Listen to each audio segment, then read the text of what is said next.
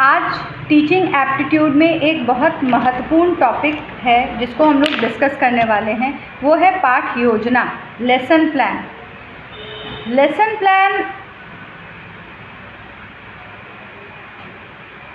एक किसी भी शिक्षक के लिए यह जानना बहुत ही ज़्यादा ज़रूरी होता है और उसका पूरा जो 40 मिनट का क्लासरूम है, 40 मिनट्स जो वो क्लास में दे रहे हैं, वो पूरा आधारित होता है उनके लेसन प्लान के आधार पे। तो एक एक करके आज हम लोग पढ़ने वाले हैं कि लेसन प्लान हम लोग कैसे एक अच्छा लेसन प्लान बनाते हैं। तो जब आप लेसन प्लान बनाना शुरू करेंगे तो आपको इनको जानना बहुत ज़रूरी है, जिनका नाम है हर्बर्ट जो थे बच्चों, ये एक जर्मन फिलोसोफर भी थे, ये एक साइकोलॉजिस्ट भी थे और ये एक एडुकेटर भी थे। ये जर्मन थे, एडुकेटर थे। इन्होंने मॉडर्न साइंटिफिक पेडागॉजी का फाउंडर इन्हें कहा जाता है। इन्हें हम मॉडर्न साइंटिफिक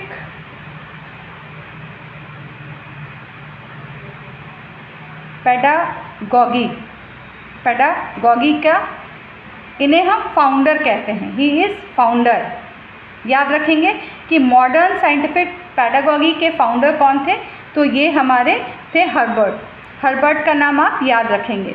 इन्होंने बताया, इनके हिसाब से एडुकेशन जो है, इनके हिसाब से एडुकेशन या शिक्षा जो है, इसे हम बेसिकली साइंटिफिक प्लस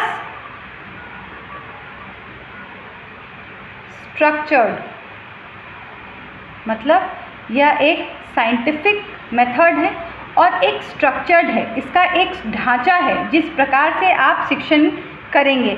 तो एक सबसे महत्वपूर्ण चीज़ जो इन्होंने बोली कि शिक्षा या education should be scientific and structured. दूसरा, ये मॉरल डेवलपमेंट की बात कर रहे थे, मानसिक विकास, मोरालिटी की बात, मॉरल डेवलपमेंट की बात कर रहे थे, मॉरल डेवलपमेंट।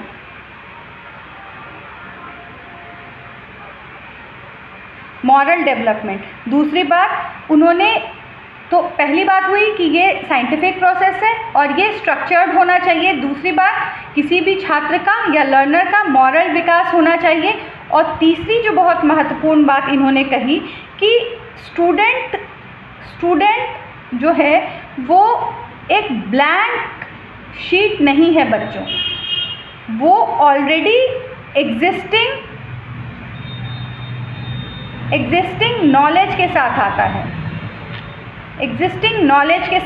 है।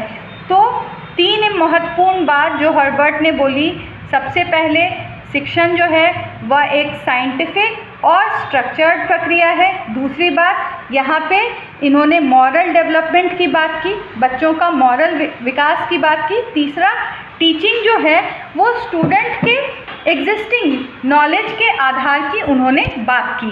ये तीन बातें शायद आप ज़रूर याद रखेंगे। और अगर MCQ में, STAT या किसी भी अन्य एग्ज़ाम में आपसे पूछा जाए कि founder of modern scientific pedagogy कौन है, तो आप झटपट नाम किनका लेंगे? हर्बर्ट जी का। आप झटपट नाम किनका लेंगे? तो हर्बर्ट जी का। लेसन प्लान मतलब पाठ योजना। अब हम पाठ योजना की बात करते हैं बच्चों। तो अच्छा, एक और चीज़ मैं आपको बताना चाहूँगी कि इन्होंने टीचिंग के लिए, इन्होंने शिक्षा के लिए 5 स्टेप्स बताए, 5 बेसिक स्टेप्स इन्होंने बताए। सबसे पहला जो स्टेप बताया वो बताया प्रिपरेशन का, तैयारी का। बच्चों, तैयारी को बताया, हिंदी में आप लिख सकते हैं तैयारी मतलब जो उनका प्रीवियस नॉलेज है, बच्चा या लर्नर जो प्रीवियस नॉलेज लेके आ रहा है उससे नए नॉलेज की तरफ या ज्ञान की तरफ, एग्जिस्टिंग नॉलेज की तरफ मतलब एग्जिस्टिंग नॉलेज से न्यू नॉलेज की तरफ हम आगे बढ़ते हैं। यही है तैयारी, स्टेप 1 क्लियर है। स्टेप 1 क्लियर है। दूसरा स्टेप या उन्होंने बताया प्रेजेंटेशन। दूसरा स्टेप आप लिखेंगे प्रेजेंटेशन। प्रेजेंटेशन का मतलब होता है प्रस्तुतिकरण।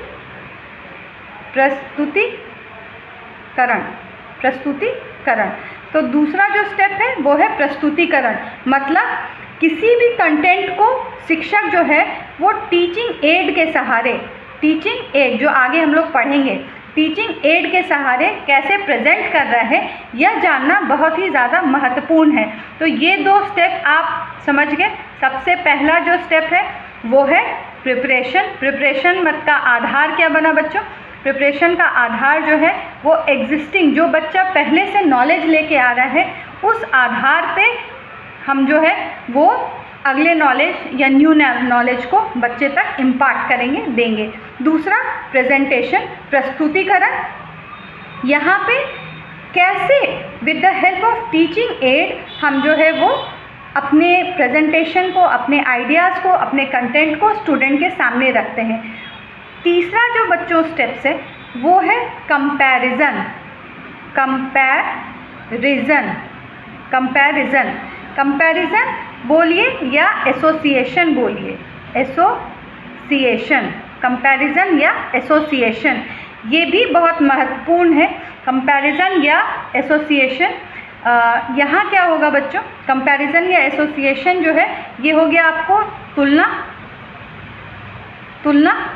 तुलना मतलब हो गया नए नॉलेज को एग्जिस्टिंग नॉलेज के साथ। जो नया नॉलेज है, नया ज्ञान को पुराने ज्ञान या जो एग्जिस्टिंग नॉलेज है, एग्जिस्टिंग नॉलेज को न्यू नॉलेज के साथ हम तुलना करके बताते हैं कि आप पहले ये जान रहे थे बच्चों और नया नॉलेज जो है वो ये है। तो हम तुलना करके बच्चों को दिखाते हैं और तुलनात्मक तरीके से लर्नर को समझाने की कोशिश करते हैं कि हम कैसे चीज़ों को करते हैं। बच्चों एक बहुत इम्पॉर्टेंट कॉन्सेप्ट हम पढ़ रहे हैं, इस कॉन्सेप्ट के हर एलिमेंट को आपको समझना ज़रूरी है। अगर आपको चीज़ें समझ में आ रही हैं तो आप कमेंट में लिखें, अगर आप चीज़ों को नहीं समझ पा रहे हैं तो भी आप कमेंट करके बताएं, क्योंकि मैं ये कंटेंट जो ला रही हूँ वो कोशिश कर रही हूँ कि आपके उपयोग में आए, आप समझकर कुछ नया करें, कुछ अच्छा सीखें। तो उम्मीद है ये कंटेंट आपको समझ में आ रहा होगा। आप लाइक भी कर सकते हैं, लाइक करके भी मुझे बता सकते हैं, कुछ लिख कर बता सकते हैं कि मैम ये टॉपिक यहाँ पे समझ में नहीं आ रहा, थोड़ा धीरे पढ़ाइए। या आप मेरी प्रशंसा करके भी बच्चों बता सकते हैं कि नहीं मैम आप जो पढ़ा रही हैं वो बिल्कुल समझ में आ रहा है। तो चलिए, अभी तक हमने 3 महत्वपूर्ण बातें की। सबसे पहले मैंने आपको बताया, मैं बता क्या रही हूँ 5, मैं आपको क्या बताने का प्रयास कर रही हूँ कि 5 बेसिक स्टेप्स, 5 स्टेप्स। सबसे पहला स्टेप था प्रिपरेशन, तैयारी करना बच्चों, फिर प्रेजेंटेशन, प्रस्तुतिकरण, तीसरा हो गया कंपैरिजन, तुलना करना, जो ज्ञान पुराना था उसमें नए ज्ञान को ऐड करके हम तुलना करके बताते हैं। चौथा जो महत्वपूर्ण स्टेप है बच्चों वो है जनरलाइजेशन का। जनरलाइजेशन मतलब हो गया सामान्यकरण।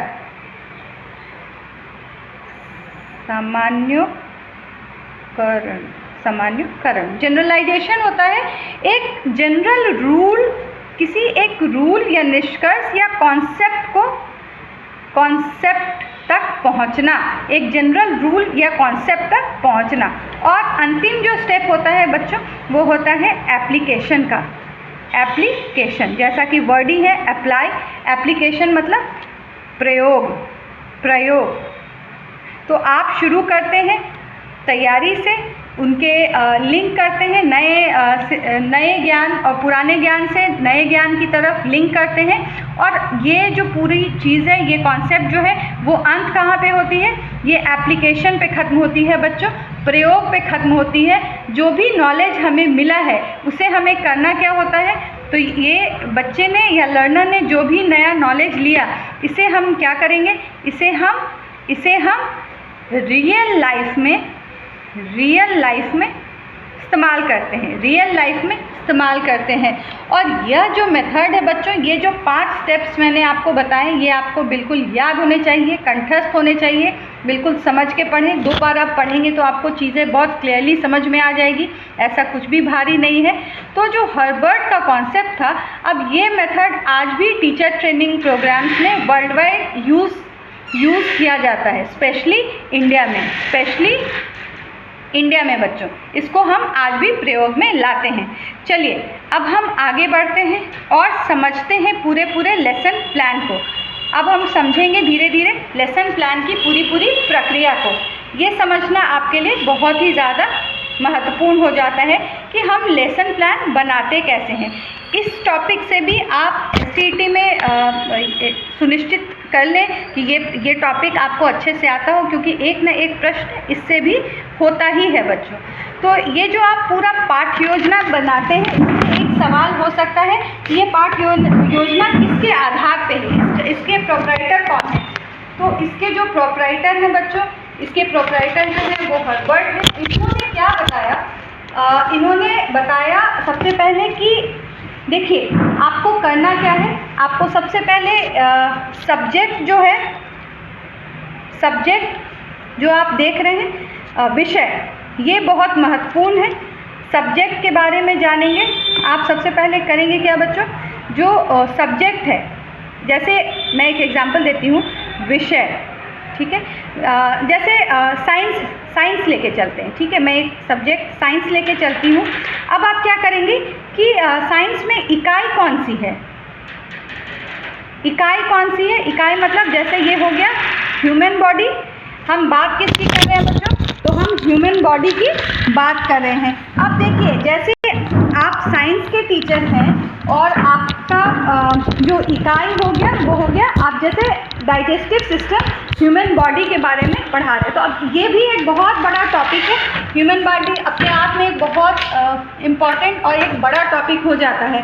तो क्या आप एक दिन में ये पूरा टॉपिक कवर कर लेंगे? क्या आप इस पूरे इकाई को, यूनिट को फिनिश कर सकते हैं? नहीं। आप जानते हैं कि इसमें बहुत सारे हैं, डाइजेस्टिव सिस्टम है, रेस्पिरेटरी सिस्टम है ना, रिप्रोडक्टिव सिस्टम है। तो आप आज क्या पढ़ाएंगे? तो वो हो जाता है बच्चों टॉपिक। हमारा टॉपिक क्या है? तो थर्ड जो इम्पॉर्टेंट पॉइंट है वो है टॉपिक। टॉपिक का मतलब क्या हो गया? विषय वस्तु। हमारा विषय वस्तु क्या है? तो विषय वस्तु, सपोज मैं बता रही हूँ कि आज हम बात करने वाले हैं डाइजेस्टिव सिस्टम की, ठीक है।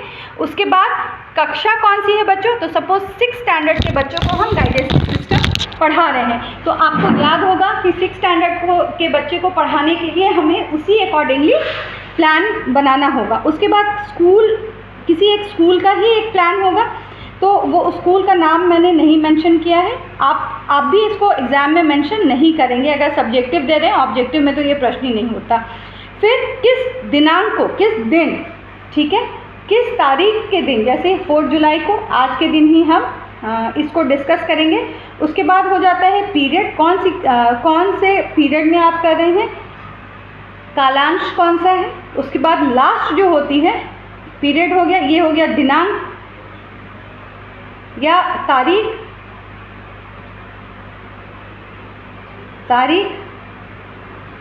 ये हो गया विद्यालय, ये हो गया कक्षा, पीरियड हो गया कालांश, और ड्यूरेशन हो गया अवधि। क्योंकि स्कूल में आप एक फिक्स्ड पीरियड में चीज़ों को बताते हैं। तो ये सारे एलिमेंट्स जो है वो लेसन प्लान का सबसे पहला स्टेप है। उसके बाद बढ़ते हैं हम अगले स्टेप की तरफ। अगले स्टेप को जानने से पहले मैं एक बात पूछना चाहूँगी कि आपको इतने दूर में कोई दिक्कत हो रही है तो आप ज़रूर बताएं। चलिए अब फिर मैं कोशिश करती हूँ कि इसी टॉपिक में हम आगे बढ़ें। चलिए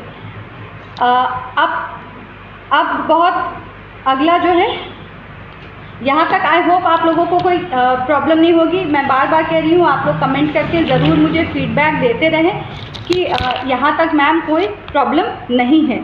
तो आगे जो है बच्चों वो है जनरल ऑब्जेक्टिव। ये जब आपने इतनी चीज़ें मेंशन कर ली, जब आपने ये लिख लिया कि विषय कौन सा है, इकाई कौन सी है, विषय वस्तु क्या है, कक्षा कौन सी है, विद्यालय, तारीख, कालांश, पीरियड और कितने अवधि का ये पीरियड है, उसके बाद आप सीधे सीधे आ जाएंगे जनरल ऑब्जेक्टिव्स पे, मतलब सामान्य उद्देश्य। सामान्य उद्देश्य बच्चों, सामान्य उद्देश्य आप जान रहे हैं कि स्टूडेंट जो है वो क्या करेगा। स्टूडेंट जो है वो अपने इंटरेस्ट को, फोकस को structure and function of human body में आपको बताना होगा। Student will develop interest in the structure and function of human body.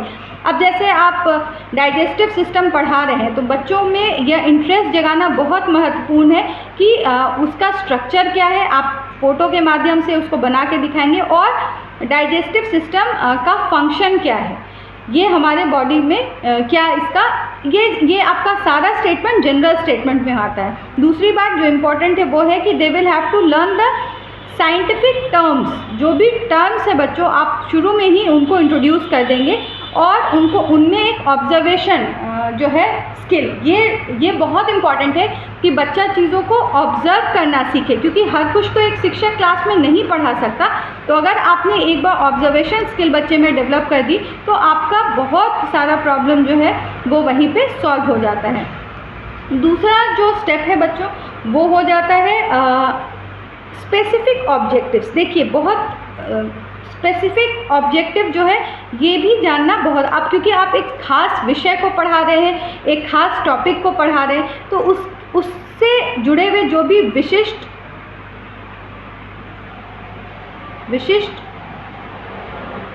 उद्देश्य है ये जानना बहुत महत्वपूर्ण है। जैसे कि नेम क्या होना चाहिए, main organ of digestive system जो है उस मतलब जो भी नाम है ऑर्गन्स का डाइजेस्टिव सिस्टम में, जैसे माउथ हो गया, स्टमक हो गया, है ना, इंटेस्टाइन्स हो गए।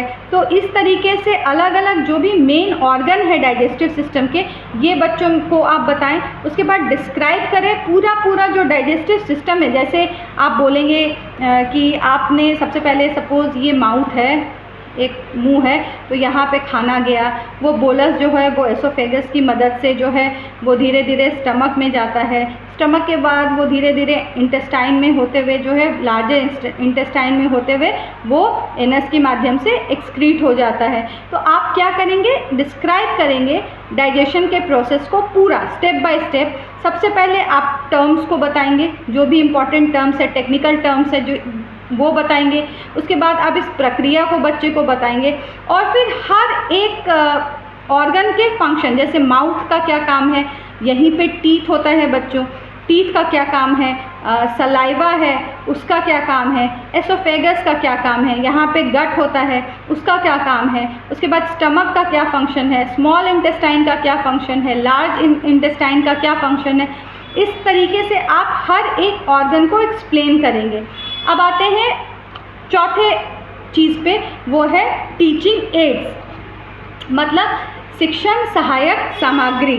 ठीक है बच्चों, अब ये जैसे जैसे समय आधुनिक होता जा रहा है इसकी महत्ता जो है वो बढ़ती जा रही है, इसलिए teaching aid time to time बदलता जा रहा है। जैसे सब डाइजेस्टिव सिस्टम का, जैसे मैंने अभी एक डायग्राम बनाया था, आप इससे बेहतर डायग्राम बना सकते हैं बच्चों।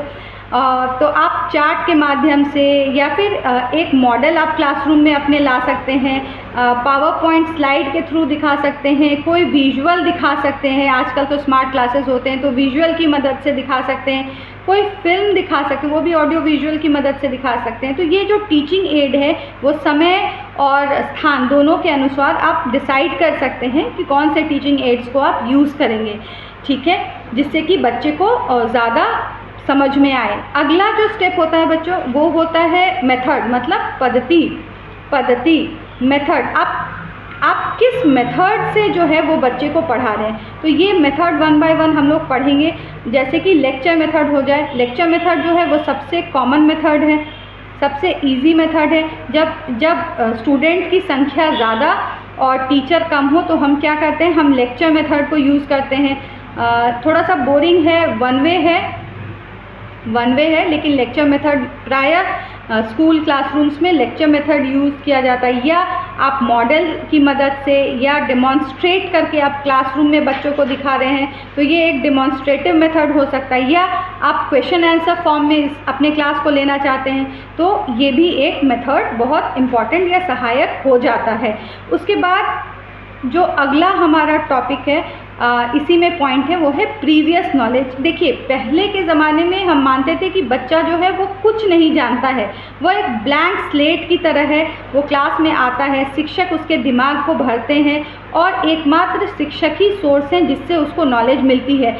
ये भी एक इम्पॉर्टेंट MCQ बनता है कि क्या स्टूडेंट जो है वो एक ब्लैंक पेपर है या ब्लैंक चार्ट है, तो नहीं। आज के युग में बच्चा जो है वो पहले से कुछ पूर्व ज्ञान के साथ आता है। तो ये बहुत अगेन इम्पॉर्टेंट है कि बच्चे के पास क्या पूर्व ज्ञान होता है। तो जी बिल्कुल, क्योंकि वो एक समाज के हिस्से से आ रहा है, एक बड़ा समाज है और उसके एक कंडीशनिंग है, वो एक घर परिवार से आ रहा है, वहाँ की कुछ कंडीशंस हैं, एक सोसाइटी से आता है तो वहाँ के कंडीशन को बच्चा क्लास में लेकर आता है। तो पूर्व ज्ञान, तो उस टॉपिक के ऊपर भी ज़रूर उसके पास कुछ पूर्व ज्ञान होगा। तो शिक्षक का काम क्या है कि सबसे पहले वो पूछेगा, क्यूरियोसिटी डेवलप करेगा। क्यूरियोसिटी कैसे आएगा बच्चों, तो डिस्कशन से आएगा। डिस्कशन से क्या होता है, डिस्कशन से क्लासरूम जो है वो इंटरैक्टिव बनता है और बच्चे जो है वो एक्टिव हो जाते हैं। यहाँ लर्निंग जो है वो एक्टिव प्रक्रिया में होती है।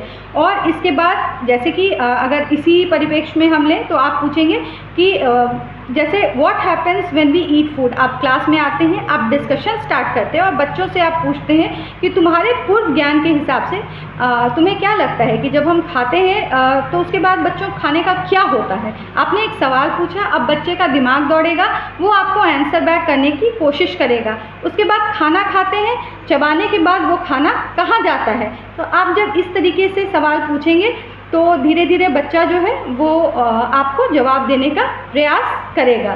तो आई होप अगेन यहाँ तक आपको चीज़ें जो है वो समझ में आ रही होगी। अब चलिए एक बार फिर मैं आपसे पूछती हूँ, अगर आपको यहाँ तक कोई प्रॉब्लम हो तो आप मुझे ज़रूर बताएं, कमेंट करें, लाइक करें। और कोई भी प्रॉब्लम हो तो मेरा प्रयास रहेगा कि मैं आपको आंसर जो है कमेंट सेक्शन में ज़रूर दूँ। कोई ना कोई आपको Indian institute of technical skills से आंसर ज़रूर देगा। हम अभी फ़िलहाल पढ़ रहे हैं लेसन प्लान को और चलिए अब आगे बढ़ते हैं। लेसन प्लान को थोड़ा और जो छूटे हुए स्टेप्स हैं उसको भी हम देखने का प्रयास करते हैं। चलिए अब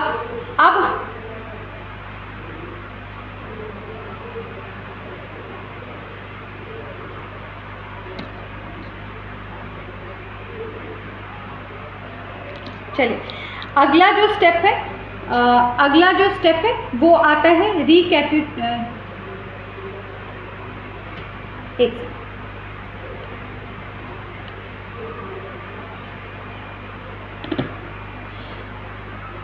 रिकैपिटुलेशन, लिख लीजिए, पुनरावृत्ति।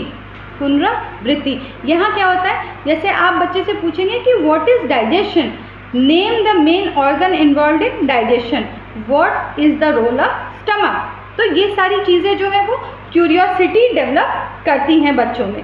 और अब हम टुवर्ड्स एंड पहुंच रहे हैं जहां आपने जो भी ब्लैक बोर्ड में लिखा था, जैसे कि डाइजेस्टिव ऑर्गन हो गए, एक एक ऑर्गन का क्या फंक्शन है या डाइजेस्टिव प्रोसेस, वो सब एक बार आप रिकॉल कराएंगे। रिकॉल बहुत इंपॉर्टेंट है। रिकॉल रिकलेक्ट करता है, बच्चों को हेल्प करता है और इसके बाद आप क्या करेंगे, ये टीचिंग की प्रक्रिया हो गई, शुरुआत में आपने पूछा था, और लास्ट जो होता है स्टेप वो होता है होम असाइनमेंट का। ये इंस्ट्रक्शन है बच्चों, गृह कार्य, आप घर के लिए उसे कुछ होमवर्क देंगे, गृह कार्य देंगे। तो ये भी एक बहुत महत्वपूर्ण स्टेप हो जाता है जहाँ आप बच्चे को गृह कार्य देते हैं। तो ये सारे जो 9 स्टेप्स हैं, और लास्ट जो स्टेप है बच्चों वो है रेफरेंस, कि आपने ये जो पढ़ा है वो आप कह सकते हो उसको कि तुम NCERT जो है उससे पढ़ो, या फिर ह्यूमन डाइजेस्टिव जो भी बुक उसके स्कूल में टेक्स्ट बुक चलती है उससे आप उसको बता सकते हैं कि ये रेफरेंसिंग, कि आप यहाँ से इसको और डिटेल में पढ़ सकते हैं। तो किसी भी बच्चे को अगर इंटरेस्ट होगा तो वो फर्दर इस चीज़ को पढ़ सकता है। तो आई होप ये चीज़ें क्लियर होगी। कुछ मैंने और ऐड कर दिया है ताकि जैसे प्रेजेंटेशन में आप कैसे बना सकते हैं, तो प्रेजेंटेशन या डेवलपमेंट जो आप कर सकते हैं वो उसमें आप क्या कर सकते हैं, जैसे टीचिंग पॉइंट दे सकते हैं, टीचर की एक्टिविटी और स्टूडेंट की एक्टिविटी, जैसे ठीक है। उसके बाद ऑर्गन्स बता सकते हैं, माउथ होता है, उसके डायग्राम को दिखा सकते हैं। मैंने ये आपसे ऑलरेडी बता भी दिया है कि ऑब्जर्व करें, लिसन करें, स्टमक अगर है तो उसके मॉडल दिखाइए, डाइजेस्टिव जूसेस के बारे में बताइए, सवाल पूछिए, ठीक है। और ये सारी प्रक्रिया से आप, अच्छा लास्ट में आप बता सकते हैं एब्जॉर्प्शन, थोड़ा और आगे भी आप बढ़ सकते हैं अपने चीज़ों को करने के लिए। आप जब क्लास में इंट्रोड्यूस करेंगे तो आप एक स्टेटमेंट से, छोटे से टॉपिक से आप शुरुआत कर सकते हैं, जैसे हेलो आज जो है हम लोग डाइजेस्टिव सिस्टम जो है उसके बारे में पढ़ने जा रहे हैं। तो इस तरीके से पूरा लेसन प्लान जो है ये किया जाता है। आई होप आपको समझ में आया होगा कि लेसन प्लान कैसे दिया जाता है। मैं जो भी आपको समझाने का प्रयास कर रही हूँ ये चीज़ें आपको समझ में आई होगी। अगर आपको कोई डाउट है या आप इसको फर्दर और डिटेल में पढ़ना चाहते हैं तो आप मुझे बता सकते हैं, और देखते रहिए और भी चीज़ें जो है, टॉपिक जो है वो मैं आप तक लाने का प्रयास करूँगी। कोई भी डाउट हो ज़रूर पूछें। धन्यवाद।